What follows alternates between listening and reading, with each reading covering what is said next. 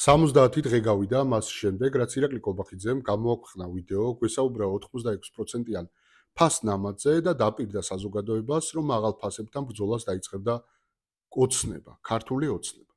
სინამდვილეში ფასები არათუ არ შემცირებულა, არამედ გაიზარდა. მაგალითად, 51 დღეს საქსტატმა გამოაქვეყნა მონაცემები და გვითხრა, რომ წლიური ინფლაცია 10.6, იანვრის ინფლაცია კი 4.8%-ია. ანუ ფასები ყველაფერზე გაიზარდა. ხალხს ცხოვრება უფრო გაუწვირდა.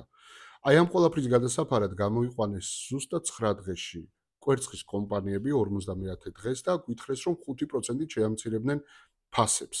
რეალურად ეს ხომ ტყუილი და ფარისევლობაა, როდესაც 86%-იან ფასნამატზე საუბრობ და შემდეგ შენ ინიციატივას იზიარებს კვერცხის კომპანია და ამბობს, რომ 2 თეთრით შეამცირებს კვერცხის ფასს, ხალხის დაცინოა.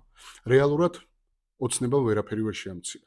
მაგრამ ჩვენ შევძელით ის, რომ ივანიშვილის კომპანია პლანტამ, რომელიც ყიდი და პომიდორს 30 ლარად ფასები შევამცირებინეთ და კი, ფასები გავანახევრებინეთ. ეს არის თქვენი დამსახურება, თქვენი კომენტარების, თქვენ მიერ გაზიარებული ვიდეოების და ასე უნდა გავაგრძელოთ და დაწერეთ კომენტარებში, რომელ პროდუქციას შევტიოთ და გავიდეთ ბოლომდე. გავიდეთ ბოლომდე და ესე გავაგრძელოთ, იმიტომ რომ ძალა ერთობაშია.